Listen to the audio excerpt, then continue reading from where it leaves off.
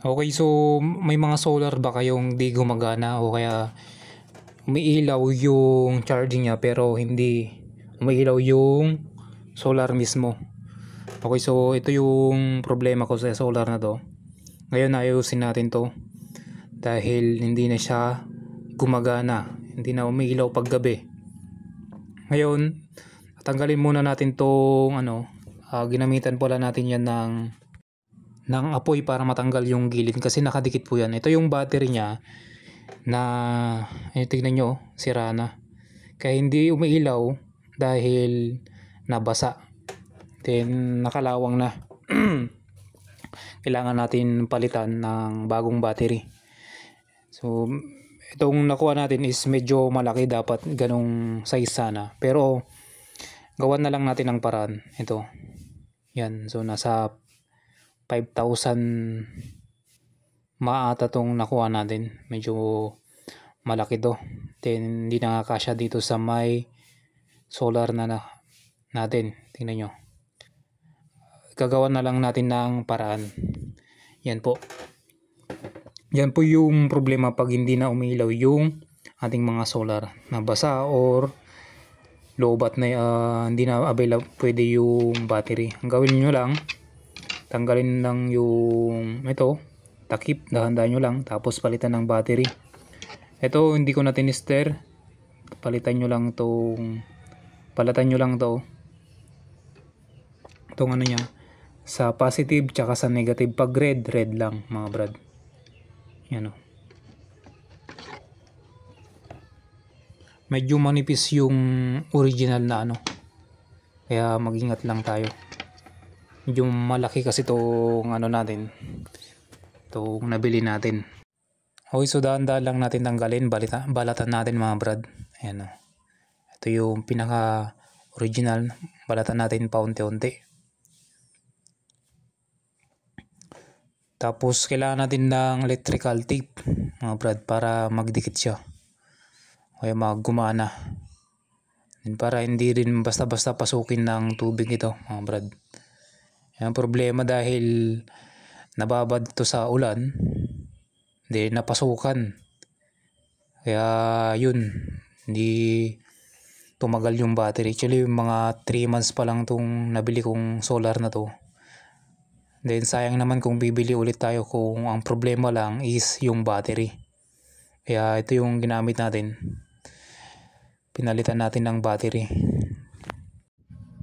Ayun, kailangan muna natin balatan ng maigi itong negative tsaka positive. Same lang itong battery na ito. So pag may bumili ka ng ganitong battery, may kasama na yung wire syempre. Medyo mahaba rin siya kayang-kaya lang. Kailangan nyo dito ng electrical tape. So pag nabalatan nyo, pag nyo lang, pagdikitin, tapos ipaikot nyo para yung magdumaloy yung battery tsaka mag-charge po yan. Yan, iilaw na siya. So working siya mga brad. Kailangan lang natin itong balutan ng electrical tape para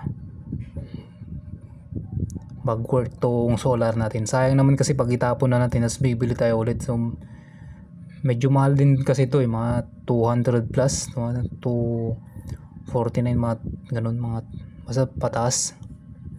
Yung problema lang naman niya battery. Ayan yan. So okay na siya. Kailangan na lang natin siya ibalik yung niya, yung takip. Yung takip na is hindi kasya kasi malaki yung battery na dumating. Akala ko maliit. Pero gawan na lang natin ng paraan. Okay? Para bahay lang naman to. Lagyan natin ng electrical tape para hindi pumasok yung tubig. Ang mistake lang, wag nyong ilalagay yung solar nyo sa labas. Dapat naka pa rin.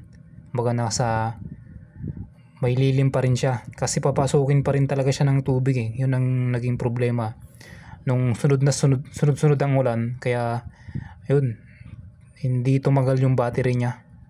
Ngayon ang gagawin natin, takpan natin mabuti para hindi makapasok yung tubig. Tapos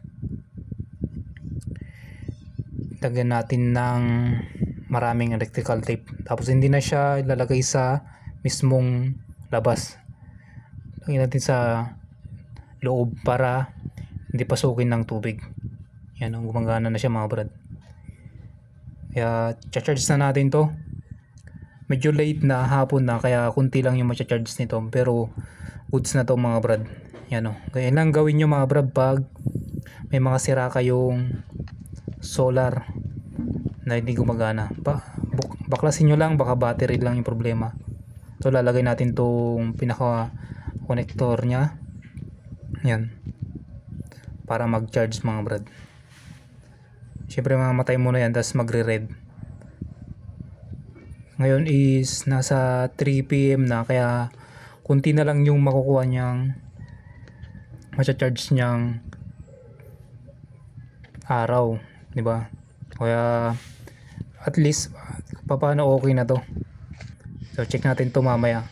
Ito, umilaw na ng gabi, hindi lang ganun kalakas kasi late na siyang i-charge. So yun lang mga brad, ganun lang gawin nyo pag yun ang sira ng inyong mga solar, para hindi na kayo